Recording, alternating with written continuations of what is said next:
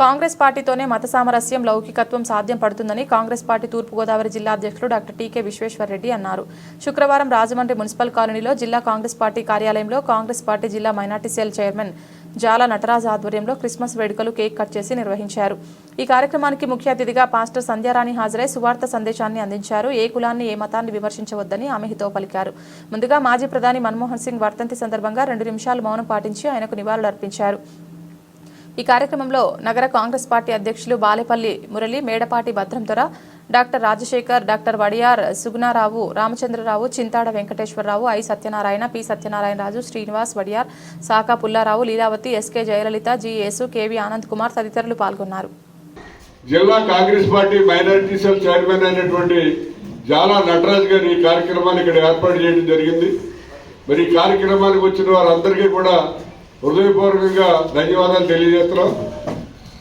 ముఖ్యంగా ఈ కార్యక్రమానికి మరి సంధ్యారాణి రామదాస్పేట చర్చి పాస్టర్ గారు ప్రతి చర్చిలోనూ కూడా వెళ్ళి ఉపన్యాసాలు ఇవ్వటం, అలాగే పాటలు పాడటం కూడా చేస్తారు. ఆవిడ ఇవాళ మనకు ముఖ్య అతిథిగా ఇచ్చినందుకు ఆవిడకి ధన్యవాదాలు తెలియజేస్తూ, మరి ముఖ్యంగా దేశంలో ఉన్న ప్రజలు ఒకటే గుర్తుపెట్టుకోవాలి, ఇవాళ క్రిస్టియన్స్ కానివ్వండి, ముస్లింస్ కానివ్వండి, రక్షణ కావాలంటే ఒక్క కాంగ్రెస్ పార్టీ ఇవ్వగలదు.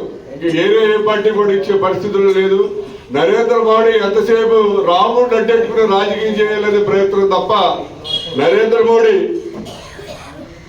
ఈ దేశాన్ని మరి కేవలం హిందూ రాజ్యంగా మార్చేయాలని ప్రయత్నం చేస్తున్నాడు. అతను క్రిస్టియన్లు అందరూ కూడా యూరోప్ కంట్రీస్కి వెళ్ళిపోవాలట, ముస్లింస్ అందరూ కూడా అరబ్ కంట్రీస్కి, పాకిస్తాన్కి లేకపోతే ఆఫ్ఘనిస్తాన్కి వెళ్ళిపోవాలట, కేవలం హిందువుల్లో ఉండాలి. నిన్న పేపర్లో కూడా వేశారు అమిత్ షా గారు మాట్లాడుతూ, ఇది కేవలం హిందూ రాజ్యం మాత్రం. భగత్ సింగ్ కూడా అలా మాట్లాడుతున్నాడు. ఆర్ఎస్ఎస్ హిందూ రాజ్యం, హిందూ సామ్రాజ్యం, హిందువులే ఉండాలి ఇక్కడ అనే విధంగా మాట్లాడి ఈ క్రిస్టియన్ని, ముస్లింలని అందరినీ కూడా ఈ దేశం నుంచి పారద్రోలాలని చెప్పి ప్రయత్నం చేస్తున్నారు.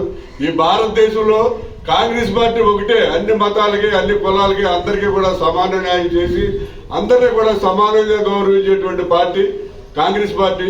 మీరందరూ కూడా మనకి క్రైస్తవులు కానీ, ముస్లింలు కానీ అందరినీ కూడా నేను కోరేది ఒకటే, ఏంటంటే మీరందరూ కాంగ్రెస్ పార్టీని బలపరిచి తిరిగి అధికారంలో తీసుకొచ్చినట్లయితే మీ అందరికీ సముచితమైన స్థానం లభిస్తుంది. అలాగే మీ అందరికీ కూడా మంచి గౌరవం కూడా లభిస్తుంది.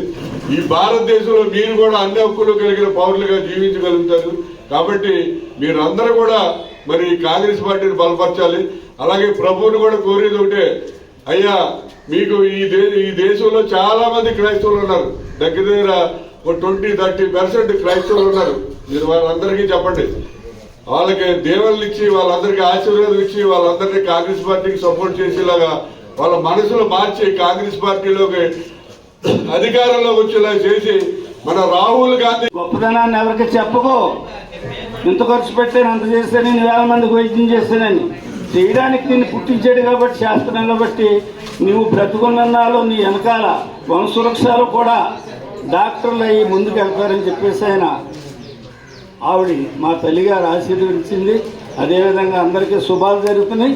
అందరికి కూడా ఈరోజు క్రిస్మస్ సందర్భంగా ఈ కార్యక్రమం తలపెట్టినటువంటి పెద్దలు అందరికి కూడా మరి మనస్ఫూర్తిగా వారికి ఆయుర ఆరోగ్య ఐశ్వర్యాలు పదవులు దక్కాలని